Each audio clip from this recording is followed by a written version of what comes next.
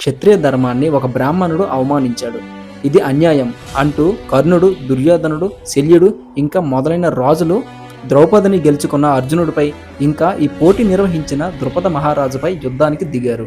రాజకుమారిని బ్రాహ్మణుడికి ఇవ్వకూడదని, ఆమెను లాక్కుంటామని హెచ్చరించారు.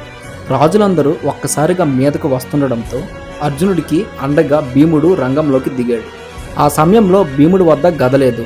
దాంతో ఆయన ఏకచక్రపురంలో బకాసురుడిని చంపినట్లుగా చెట్టును గిరాగిరా తిప్పుతూ అడ్డు వచ్చిన రాజులను ఇంకా రథాలను ఇంకా ఏనుగులను చెల్లాచెదరు చేశాడు.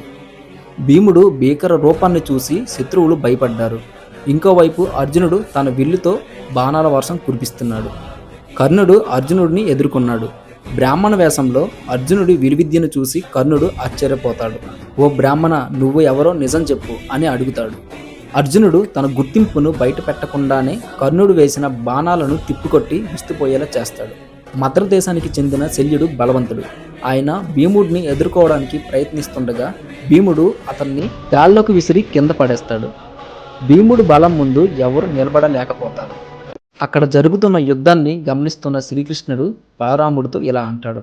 అగ్రజ, ఆ విల్లును ఎక్కుపెట్టినవాడు అర్జునుడు, ఆ చెట్లను విసురుతున్నవాడు భీముడు. ఇందులో ఏ సందేహం లేదు. కృష్ణుడు మధ్యలో వచ్చి ధర్మబద్ధంగా జరిగిన ఈ పోటీల్లో బ్రాహ్మణుడు విజయం సాధించాడు.